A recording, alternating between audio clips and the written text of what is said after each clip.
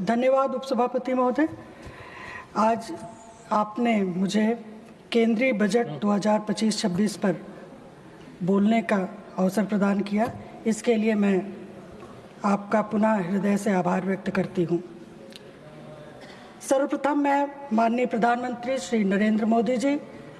और माननीय वित्त मंत्री श्रीमती निर्मला सीतारमण जी का इस बात के लिए धन्यवाद देना चाहती हूँ कि उन्होंने सर्वस्पर्शी, समावेशी और दूरदर्शी बजट प्रस्तुत किया है, जिसमें इस देश के प्रत्येक नागरिक की चिंता की गई है। महोदय, ये बजट भारत के 140 करोड़ लोगों के सपनों को पूरा करने वाला बजट है। पहले आप सभी सेविकाओं सहायिकाओं से ये रिक्वेस्ट है कि जितना हो सके इस वीडियो को लाइक जरूर कीजिएगा। महोदय,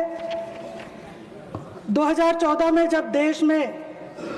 माननीय प्रधानमंत्री श्री नरेंद्र मोदी जी के नेतृत्व में भारतीय जनता पार्टी की सरकार बनी, तब से देश विकास के नए कीर्तिमान स्थापित कर रहा है। इस बजट में देश की विकास गति को तेज करने, सभी वर्गों का समग्र विकास सुनिश्चित करने, निजी क्षेत्र में निवेश बढ़ाने, घरेलू अर्थव्यवस्था को मजबूत करने और मध्यम वर्ग की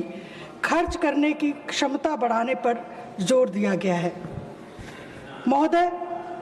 माननीय प्रधानमंत्री जी का कहना है कि महिला सशक्तिकरण मेरी प्रतिबद्धता है और इसी संकल्प को आगे बढ़ाते हुए पहली बार उद्यमी बनने वाली 5 लाख अनुसूचित जाति जनजाति की महिलाओं को 5 वर्षों में 2 करोड़ तक का ऋण देने की व्यवस्था इस बजट में की गई है, ताकि महिलाएं अपने पैरों पर मजबूती से खड़ी हो सके और आर्थिक गतिविधियों में 70% महिलाएं शामिल हो, इसकी भी चिंता की गई है। इसका मतलब ये है कि देश के हर 10 में से 7 महिलाओं को रोजगार से जोड़ना होगा। महोदय, जब महिलाएं आर्थिक रूप से मजबूत होंगी तो वे न सिर्फ अपने परिवार को मजबूत करेंगी, बल्कि देश को आर्थिक रूप से मजबूत बनाने में अपना महत्वपूर्ण योगदान देंगी। महोदय, इसके अलावा सक्षम आंगनवाड़ी और पोषण 2 का विस्तार किया गया है, जिससे 8 करोड़ बच्चों, 1 करोड़ गर्भवती महिलाओं और 20 लाख किशोरियों को लाभ मिलेगा। यह योजना महिलाओं और बच्चों के स्वास्थ्य को बेहतर बनाने पर केंद्रित है। महोदय, मैं ये बताना चाहती हूँ कि 2014 में जब माननीय प्रधानमंत्री जी ने प्रधानमंत्री पद की शपथ ली तो उन्होंने महिला सशक्तिकरण का संकल्प किया और 2014 से लेकर आज तक हर कदम पर महिलाओं को मजबूत और सशक्त बनाने के लिए उन्होंने दर्जनों ऐसी योजनाएं केंद्र सरकार के द्वारा चलाई गई, जिससे महिला आर्थिक और सामाजिक रूप से सशक्त हो। और अभी हाल ही में हम लोगों ने देखा कि 2023 में नारी शक्ति वंदन अधिनियम पारित करके माननीय प्रधानमंत्री जी की प्रेरणा से 33% का आरक्षण लोकसभा और राज्य की विधानसभाओं में महिलाओं को दिया गया। इसके कारण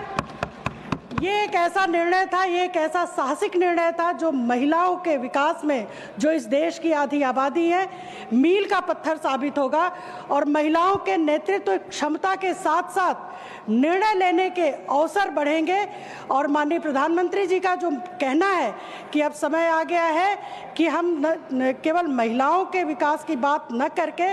महिलाओं के नेतृत्व में इस देश का विकास हो, इस पर काम करें। निश्चित तौर पे ये सारे निर्णय उनके इस संकल्प को एकदम मजबूत बनाते हैं और जब भी महिलाओं के विकास की बात आएगी तो इस काल को जरूर याद किया जाएगा और माननीय प्रधानमंत्री जी के प्रति इस देश की आधी आबादी हमेशा ऋणी रहेगी, क्योंकि उन्होंने महिलाओं को सम्मान और समानता से जीने का अवसर दिया है। महोदय, माननीय प्रधानमंत्री मोदी जी का हमेशा मानना रहा है कि जब देश का किसान समृद्ध और संपन्न होगा तभी देश उन्नत और विकास की दिशा में सही मायने में आगे बढ़ेगा। इसलिए इस बजट में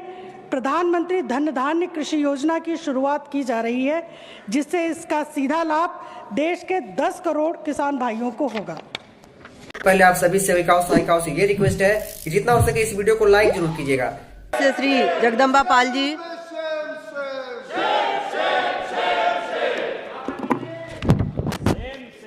सभापति महोदय,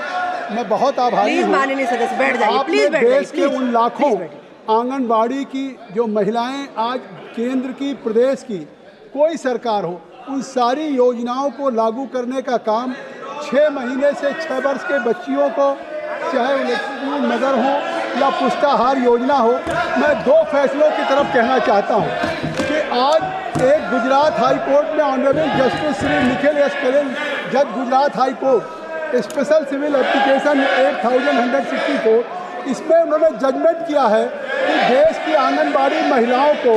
right to education and security of food act in compliance of the article 47 इनको एब्जॉर्ब किया जाना चाहिए, न्यूनतम वेतन देना चाहिए। आज वो आंगनबाड़ी की महिलाएं जहां उन बच्चों के लिए पुष्टाहार का कार्यक्रम करती हैं, देश के 2 फैसले ऐसे हुए हैं कि उन फैसलों से आज भी उनको केवल 2500 और 4500 मिल रहा है। धन्यवाद माननीय सदस्य। केंद्र की योजनाओं को लागू कर रहे हैं, चाहे सेंसस हो, सभा की कार्यवाही 2 बजे तक के लिए स्थगित की जाती है। भारत सरकार माननीय प्रधानमंत्री जी के नेतृत्व में आंगनवाड़ी प्रणाली को सशक्त बनाने और उच्च गुणवत्ता वाली पोषण सेवाएं प्रदान करने के लिए पूरी तरह से प्रतिबद्ध है। इसी के तहत हम सुपोषित भारत, विकसित भारत के संकल्प को सिद्धि तक पहुंचाने के लिए आवश्यक कदम भी उठा रहे हैं। और खास तौर पे अगर हम देखें, कुपोषण की बात आपने की, 2018 में पोषण अभियान का आरंभ किया गया और ये मिशन सक्षम आंगनवाड़ी पोषण 2.0 के अंतर्गत आता है, जिसके तहत लगभग 14 लाख आंगनवाड़ी केंद्र, जिसके तहत हम जो कुपोषण है ये एक दिन का नहीं, ये कई ऐसे इसके लिए हमें हस्तक्षेप करने पड़ते हैं